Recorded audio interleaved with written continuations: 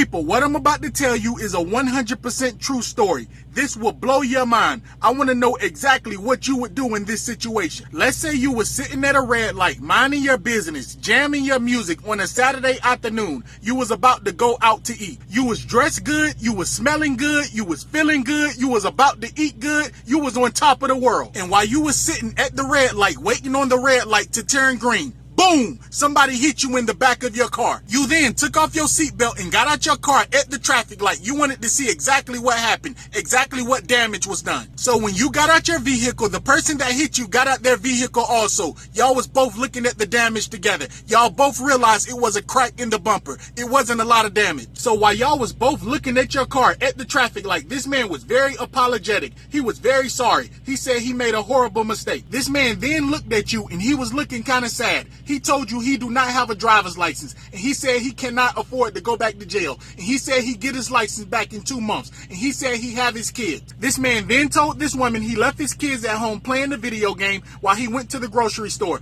to buy some groceries for them. He was going to cook for them. He then apologized to this woman again and told her he get his kids every other weekend. He is so sorry. This man then told her the unthinkable. He said if she don't call the cops, he would give her $5,000 right now. This man then told her if she called the cops, he would go to jail and he would lose his job, and he don't know exactly what would happen with his kids. He was begging her at this point. Now keep in mind, this all took place within 5 minutes, and it wasn't like they was on a busy road. Also, this man was in a very nice car also, and he pulled out a lot of money in front of her, so he really had the money. Also, again, the damage wasn't that bad. It was just a crack in the bumper. So people, at this point, this woman felt so bad for this man. The damage wasn't that bad, and also, money talk and BS walk. So this woman agreed to take the money and not call law enforcement, but she said she did not want him to give her all that money in the middle of the road. So they drove to the next light and he gave her the money in a parking lot. They then shook hands, he apologized again, and they went their separate ways. She went on about her day and enjoyed her day. So that following Monday, when this woman went to work on her lunch break, she went to her bank to deposit the money this man gave her. While this woman was waiting on her bank to deposit her $5,000, they was taking a little longer, but she didn't pay it no mind. It was just a little strange. And while this woman was waiting at the bank, the unthinkable happened. Law enforcement bust through the door and put her in handcuffs. The bank called the cops on her.